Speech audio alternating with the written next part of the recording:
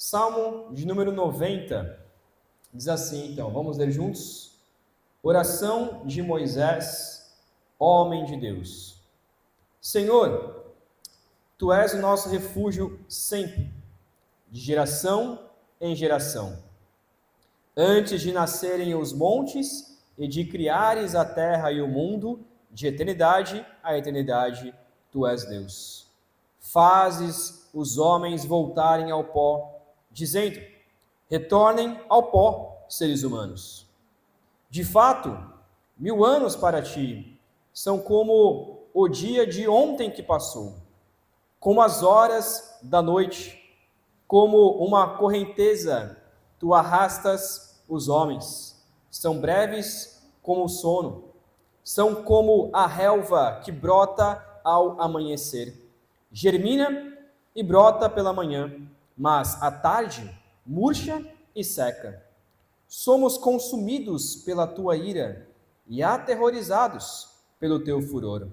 Conheces as nossas iniquidades, não escapam os nossos pecados secretos à luz da tua presença. Todos os nossos dias passam debaixo do teu furor, vão-se como um murmúrio. Os anos de nossa vida chegam a 70 ou a 80 para os que têm mais vigor. Entretanto, são anos difíceis e cheios de sofrimento, pois a vida passa depressa e nós voamos.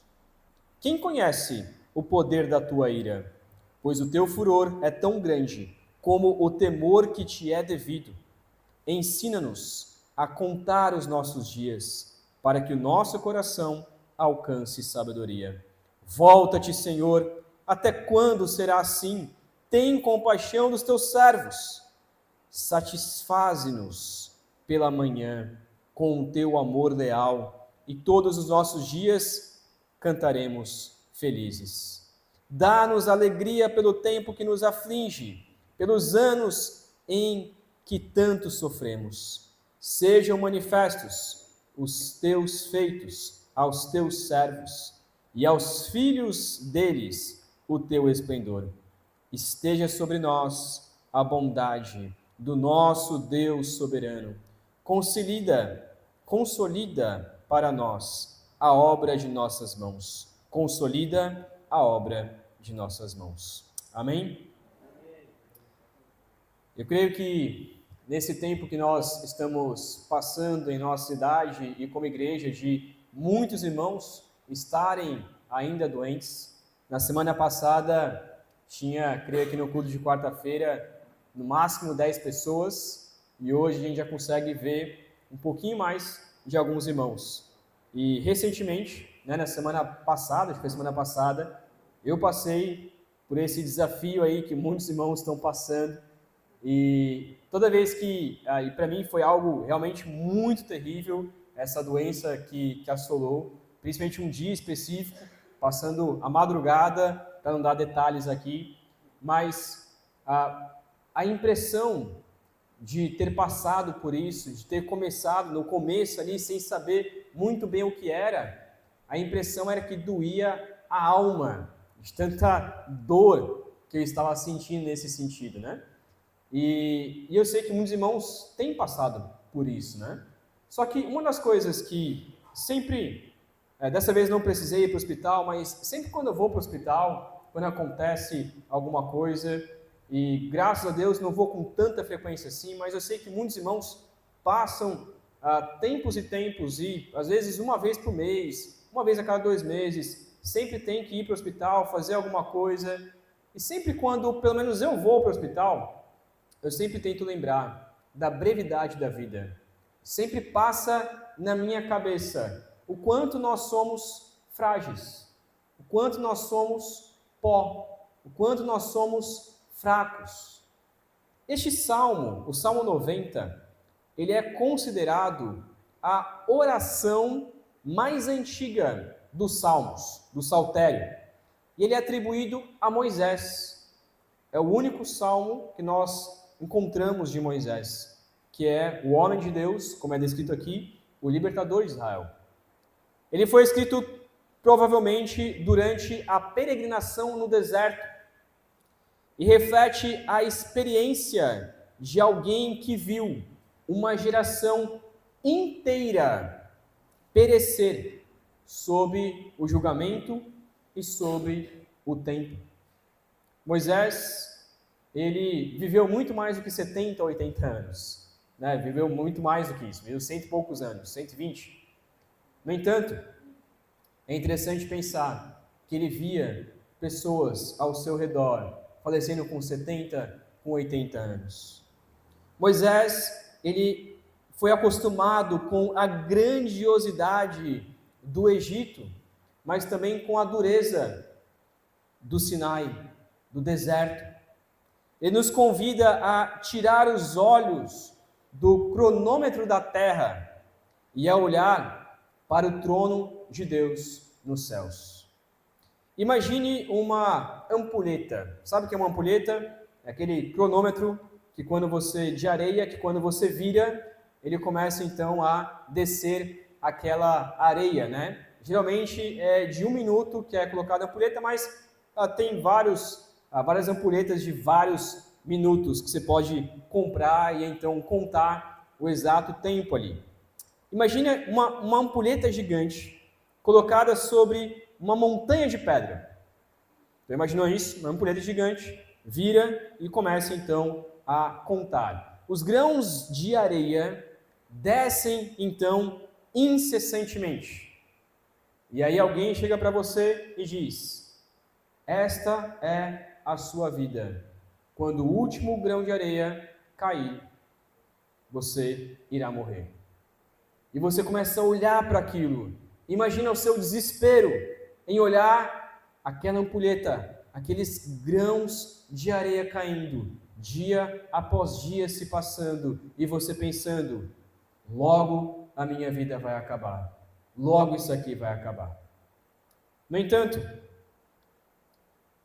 cada grão de areia, que é um segundo, um fôlego, um dia a mais, não volta atrás.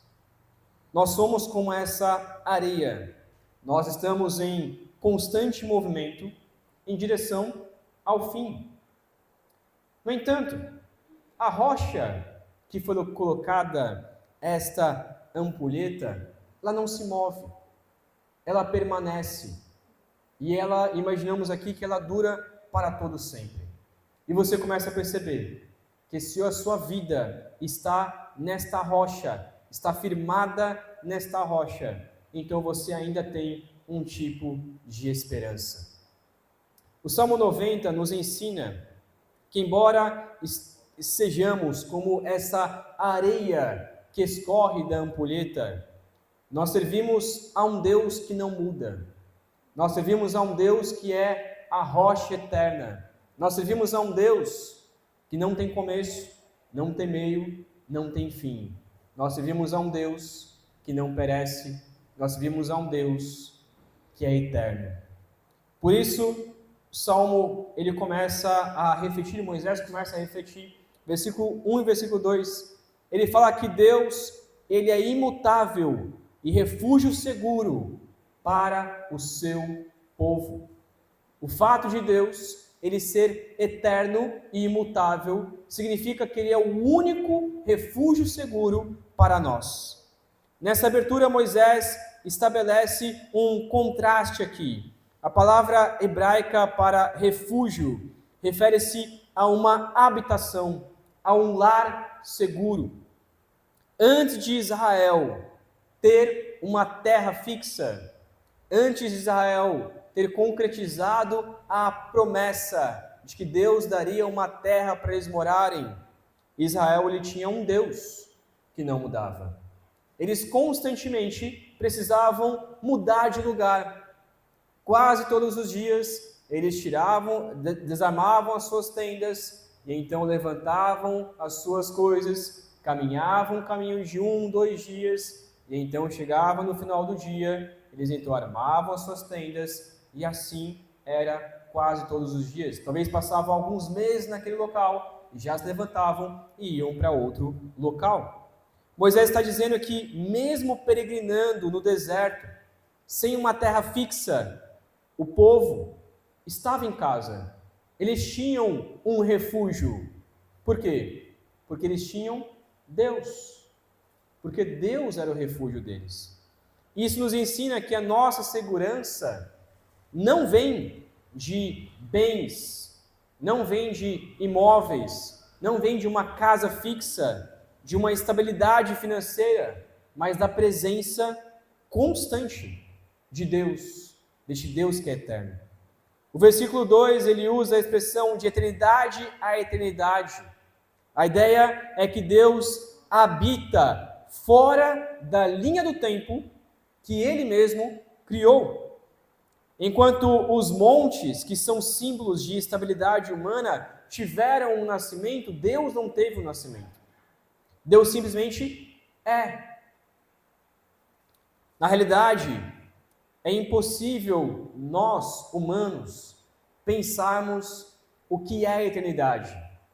É algo que não tem como a gente compreender, não tem como passar para a nossa cabeça o que é uma coisa eterna. Por exemplo, quando eu era criança, e eu acho que vocês também já passaram por isso, vocês perguntavam para os mais velhos da igreja, eu perguntava para o meu pai o seguinte, acho que talvez toda criança já fez essa pergunta: quando Deus passou a existir? Já fez essa pergunta? Quando Deus passou a existir? Quem criou Deus? Quem criou Deus? Quando Deus se tornou Deus? São perguntas que nós fazemos. Mas a realidade, meus irmãos, e a resposta demorou muito tempo para eu compreender isso. Demorou muito tempo para eu aceitar, na verdade, que não tem como a gente compreender. Mas demora muito tempo para nós aceitarmos que Deus não tem um começo. Que não existe nada que criou Deus. Que Deus, ele é eterno. Ele é atemporal. Ele está acima do tempo. Se Deus é eterno e Ele é o seu refúgio, então podemos ter a certeza de que a proteção de Deus, o refúgio de Deus, ele é algo concreto. Ele é esta rocha eterna. Crer que Deus é eterno nos faz alicerçar as nossas vidas na rocha e buscar refúgio no único que pode nos proteger. Então, o primeiro ponto aqui é saber que Deus é imutável e refúgio seguro para o seu povo. Segundo ponto da mensagem, os versículos de 13 a 12, já lemos no início, então vai acompanhando aí comigo, a gente não vai ler novamente, mas há muitos detalhes desse texto que são importantes aqui, que falam que Deus é eterno e os seres humanos têm a vida breve. Deus é eterno, mas os seres humanos têm uma vida breve. Moisés escreve a vida humana não apenas como uma vida curta, mas também como dependente de Deus, dependente de um decreto divino. No versículo 3, quando Deus diz, retornem ao pó, é Deus quem diz isso, né? É Deus quem diz ao ser humano, retorne ao pó. O poder da vida está nas mãos de Deus e somente de Deus. Ele está ecoando a sentença de Gênesis 3:19, dizendo que certamente que todo pecador certamente morrerá.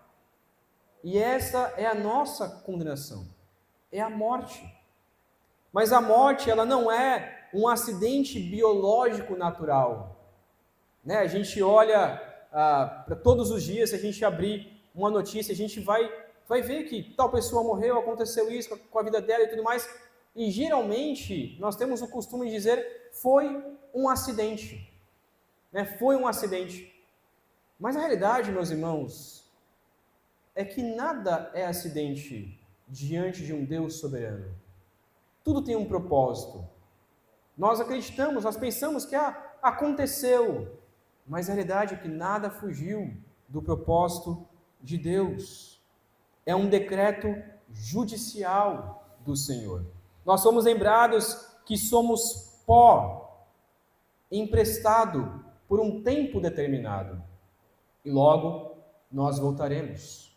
No versículo 4 mostra algo que parece que o tempo ele é, entre aspas, relativo para Deus. Para Deus, diz que o milênio é como a vigília da noite. Vigília da noite é o turno de 4 horas de um guarda. Então, para Deus, um milênio, 1000 anos, é como uma noite. É algo que se passa, é algo rápido. Isso destrói a nossa sociedade. O que para nós parece uma espera eterna muitas vezes, para Deus é um piscar de olhos. Por isso, meus irmãos, nada foge do controle de Deus, pois Ele é o Senhor do tempo. Por isso, nada diante de Deus se atrasa. A gente para e pensa assim, poxa, a minha bênção atrasou, o meu milagre demorou para acontecer. Meus irmãos, não existe isso. Na nossa perspectiva, parece que demorou. Na nossa perspectiva, as bênçãos de Deus parece que demoram, mas a realidade ela vem no tempo que Deus determinou. Ela vem no tempo que Deus quer. Ela vem exatamente no tempo que Deus planejou. Tudo acontece no tempo que Deus quer. Por isso, nada se atrasa. Deus nunca está atrasado. Ele sempre faz as coisas no tempo correto. Ele usa, então, 3 metáforas para falar sobre o tempo. Ele fala sobre a correnteza. O tempo, ele é um rio que nos carrega. E nós não podemos nadar contra este rio. Ele fala também que o tempo é como um sono. A vida passa com a rapidez de um sono que esquecemos ao acordar. Ele também diz que o tempo é como a relva. No deserto do Sinai, a grama, ela brotava após a chuva matinal, mas ao meio-dia, no sol escaldante, esta pequena relva, em pouco tempo, ela já poderia se tornar seca e até mesmo morrer. E esta relva, então, nesse deserto do Sinai, é o que Moisés está colocando, olha, nasce num dia, e ao meio-dia, com o sol, ela já seca e já morre, e essa é a nossa vida. Assim é a nossa vida. A brevidade da vida também está ligada à nossa condição pecaminosa. Deus não olha apenas para os nossos pecados, para os nossos erros públicos. A santidade de Deus ilumina até mesmo os nossos pensamentos mais sombrios, por isso nós não podemos esconder nada do Senhor. A brevidade da vida é um lembrete da nossa necessidade de redenção. Nós precisamos entender que somos pecadores. E se nós não nos arrependemos, em um piscar de olhos, a justiça de Deus virá. Sabe quando você prega o evangelho para um jovem e ele diz assim, não, eu até quero acreditar em Jesus, eu até quero ir para a igreja, mas eu sou jovem ainda, eu quero aproveitar a minha vida. Quando eu estiver lá com os meus 50, 60 anos de idade, quando eu já estiver mais velho, aí eu vou para a igreja, aí eu busco a Deus. Meus irmãos, esse é o pensamento mais tolo que existe. Porque você não sabe se você vai durar até os 50, 60 anos de idade. Deus pode pedir a sua vida amanhã. Deus pode retornar ao pó amanhã. Por isso nós não podemos deixar as coisas para depois. Nós não podemos deixar a decisão mais importante, que é de seguir ao Senhor, que é de nos arrepender dos nossos pecados. Nós não podemos deixar para depois, porque nós não sabemos se nós temos o depois. Por isso a decisão de seguir a Jesus, a decisão de obedecer ao Senhor é imediata. Ela tem que ser agora, porque a nossa vida é breve. Quero ler 3 versículos com vocês. Tiago 4, versículo 14. Tiago 4, 14. Diz o seguinte: vocês não sabem o que lhes acontecerá amanhã, que é a sua vida. Vocês são como a neblina que aparece por pouco tempo e depois se dissipa. Esse texto de Tiago é um texto onde Tiago está justamente falando contra a brevidade da vida, em que pessoas estão dizendo assim, olha, amanhã iremos para aquela cidade, vamos fazer negócios, vamos fazer isso, vamos fazer aquilo, e Tiago está colocando, vocês não sabem se amanhã vocês estarão vivos. Vocês não sabem o que vai acontecer com vocês amanhã, porque vocês são como neblina que aparece por pouco tempo e depois se dissipa. Salmo 144, versículo 4. Salmo 144, 4 diz assim: o homem é como um sopro, seus dias são como uma sombra passageira. O homem é como um sopro. Salmo 39, 4 a 5 diz o seguinte: Salmo 39, 4 a 5. Mostra-me, Senhor, o fim da minha vida e o número dos meus dias, para que eu saiba quão frágil sou. Deste aos meus dias o comprimento de um palmo. O comprimento de um palmo é esse comprimento aqui, né? Talvez uns, não sei quanto que daria, não sei se uns 20 centímetros ou algo assim. Nossa vida, então, é como um comprimento de um palmo. A duração da minha vida é nada diante de ti. De fato, o homem não passa de um sopro. Meus irmãos, há vários outros textos na Escritura que falam sobre isso. Por isso que o versículo 11, ele traz uma pergunta retórica. Ele pergunta: quem conhece o poder da ira de Deus? E a resposta implícita é: ninguém conhece o poder da ira de Deus. Moisés argumenta então que a sabedoria começa quando levamos a sério a santidade e o juízo de Deus e a brevidade da vida. Viver sem o temor do Senhor é viver uma ilusão de imortalidade. As pessoas, elas vivem sem temor a Deus porque elas acham que são eternas. Os jovens vivem como se fossem eternos. Mas a realidade, e eu acho que ainda sou jovem, mas já estou com 31 anos de idade, mas eu paro para olhar e falo: poxa, parece que ontem eu tinha 18. Parece que ontem eu tinha 15 anos de idade. Mas eu já começo a sentir dores. Hoje fui correr hoje de manhã e já senti uma pontada no joelho. E as costas já começam a doer. E as doenças já começam a vir. E problemas que eu achava que não teria na vida já começam a aparecer. E se a gente for fazer um check-up, né, com um exame de sangue, a gente vai perceber que vai aparecer doenças que a gente não aceita, que a gente não queria que tivesse essas doenças. Por quê? Porque nós somos frágeis. E a vida, ela passa ligeiro. Por isso, então, ele diz: ensina-me a contar os meus dias. E contar os dias não é pensar somente no dia da morte, mas a ideia de contar os dias é viver todos os dias. Viver todos os dias. Contar e pensar: poxa, logo a minha vida vai se acabar, então eu tenho que viver para a glória do Senhor hoje. Eu tenho que valorizar a minha vida agora. Sabedoria aqui é a habilidade de aplicar o coração às coisas que não passam. É parar de investir todo o nosso esforço em tendas, em coisas temporárias, e investir em edificações eternas, que é o que Jesus diz. Para investirmos o nosso tesouro, não naquilo que passa, não naquilo que corrói, não naquilo que a traça vai lá e pega tudo para si, mas investir o nosso tesouro naquilo que é eterno. Tem uma frase do C.S. Lewis que eu gosto muito, que diz: aquilo que não é eterno é eternamente inútil.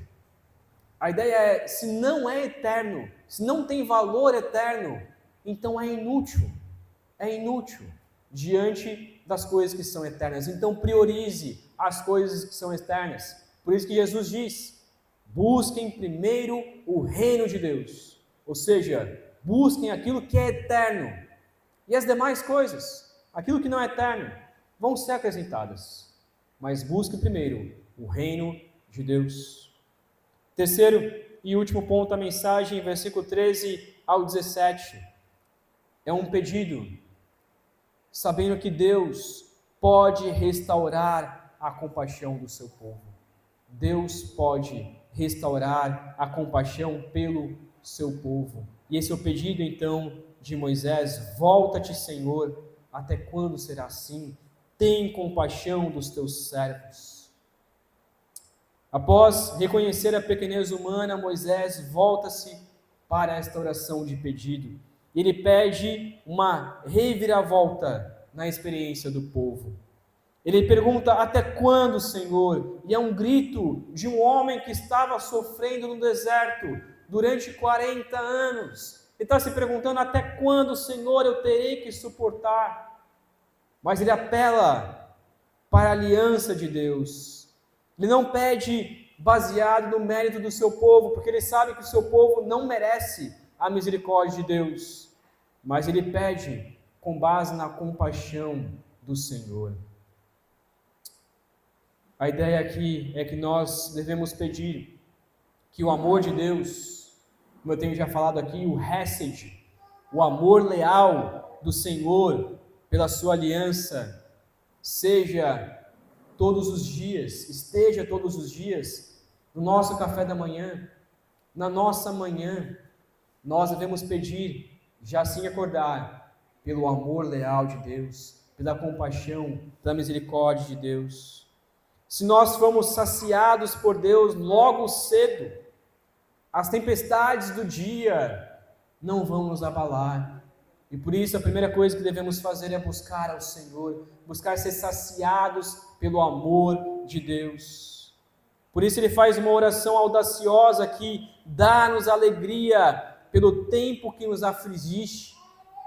Moisés pede que a intensidade da sua futura alegria seja aqui na terra, ou parece que ele está falando mais algo para o céu, que essa futura alegria dele seja igual ou maior do que a dor que ele passou aqui na terra. Deus, ele é poderoso para restaurar os anos consumidos pela nossa dor. Ele pode restaurar a nossa dor em uma alegria ainda maior, seja aqui na terra ou seja no céu. Joel 2:25 diz o seguinte: vou compensá-los pelos anos de colheitas que os gafanhotos destruíram. A ideia aqui é que mostra que Deus é um Deus que, quando nós sofremos e passamos por sofrimento, Deus traz uma alegria, Deus traz uma recompensa ainda maior do que o nosso sofrimento. E por isso, nós devemos pedir ao Senhor, que é como ele encerra o seu salmo, dizendo: consolida a obra de nossas mãos. A ideia aqui é que Moisés está colocando que tudo que nós fizemos pelo Senhor, que todo o nosso sofrimento, que eu ter passado 40 anos no deserto servindo a este povo, tenha uma recompensa. Que toda essa obra que eu fiz ao Senhor não seja inútil, não caia no esquecimento, mas que eu possa ser, de certa forma, recompensado por todo o sofrimento. E, meus irmãos, essa é uma certeza que nós podemos ter, de que tudo o que nós fizermos aqui na terra, para a glória de Deus, todo sofrimento, todas as perseguições, todas as zombarias por sermos crentes, toda a vida dedicada ao Senhor, toda pureza, toda santidade, toda busca na luta contra o pecado, vai valer a pena. Deus vai recompensar. Então o que nós devemos fazer é aguardar, é suportar por um breve tempo, sabendo que a glória que nos espera, ela valerá a pena. E nós podemos olhar como Moisés e dizer: consolida, Senhor, as obras de nossas mãos. E a certeza é que Deus vai consolidar tudo aquilo que fizemos por aquilo que é eterno. Portanto, nós podemos resumir esse texto, o Salmo 90, na seguinte grande ideia: a brevidade da vida deve nos levar a ancorar o coração na eternidade de Deus. A brevidade da vida deve nos levar a ancorar o nosso coração na eternidade de Deus. Moisés, ele termina o salmo com um desejo, mas Jesus Cristo é a realização deste desejo. Moisés, ele disse que Deus era a sua habitação, era o seu refúgio.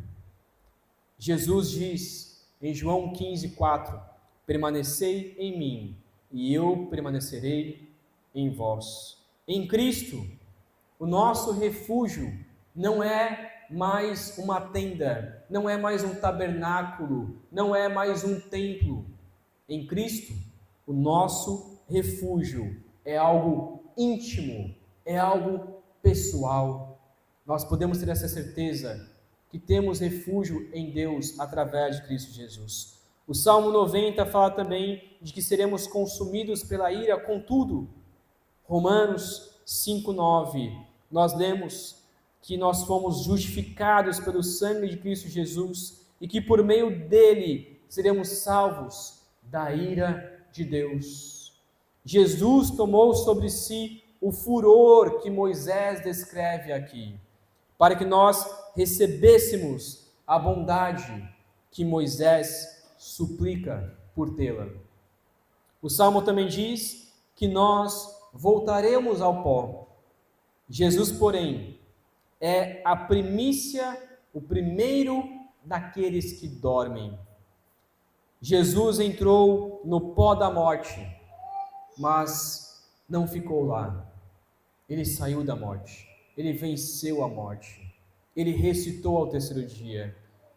Ele transformou o túmulo em uma sala de espera, em um local onde nós podemos confiar de que ainda que nós morramos, podemos ter a certeza da vida eterna.